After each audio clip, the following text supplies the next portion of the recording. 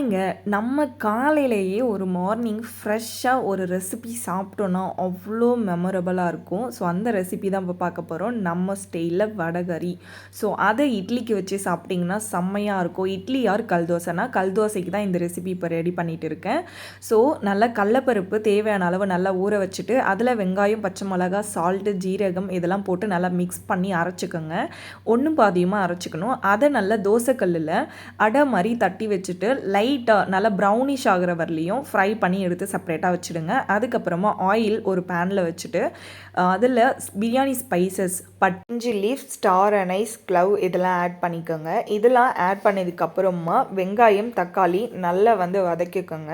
அதை நல்லா ஆயிலில் வதங்கி இருக்கணும். அதுக்கப்புறமா நீங்கள் இஞ்சி பூண்டு பேஸ்ட்டு ஆட் பண்ணிக்கோங்க. ஒரு 3 டேபிள் ஸ்பூன் ஆட் பண்ணால் போதும். நெக்ஸ்ட்டு காஷ்மீரி சில்லி பவுடர், குழம்பு மிளகாய் தூளில் நான் 1 ஸ்பூன் மட்டும் ஆட் பண்ணிக்கிறேன். அதுக்கப்புறமா கரம் மசாலா பவுடர் 1 ஸ்பூன், மல்லி powder 1 spoon, jeera powder 1 spoon. இந்த ஸ்பைசஸ் எல்லாமே ஆட் பண்ணிவிட்டு நம்ம ஆல்ரெடி ரெடி பண்ணி வச்சுருக்கோம் பார்த்தீங்களா, அந்த வடைக்கறி ஃப்ரை பண்ணி ஸோ செப்பரேட்டாக அதை நல்லா உதிரியாக பிசைஞ்சிக்கோங்க. பிசைஞ்சிட்டு இதில் எல்லாத்தையுமே ஆட் பண்ணிவிட்டு உங்களுக்கு தேவையான அளவு வாட்டர் ஆட் பண்ணிக்கோங்க. தண்ணியாக வேணுமென்றவங்க அதுக்கேற்ற மாதிரி வாட்டர் ஆட் பண்ணிக்கோங்க. நான் கிரேவி கொஞ்சம் கெட்டியாக வைக்கலாம் அப்படின்ட்டு தான் நான் பண்ணியிருக்கேன்.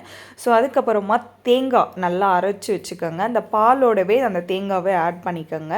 ஸோ ஃபைனலி நம்ம வடகறி ரெடி. ஸோ நல்லா அது குக்காகி வந்ததுக்கப்புறமா இந்த வீடியோவில் பார்க்குற மாதிரி தான் இருக்கும். ஸோ இந்த கன்சிஸ்டன்சியில் எடுத்துகிட்டு அதை கல் தோசை 2 போட்டு நல்லா சாப்பிட்டிங்கன்னா செம்மையாக இருக்கும். கண்டிப்பாக ட்ரை பண்ணி பாருங்கள்.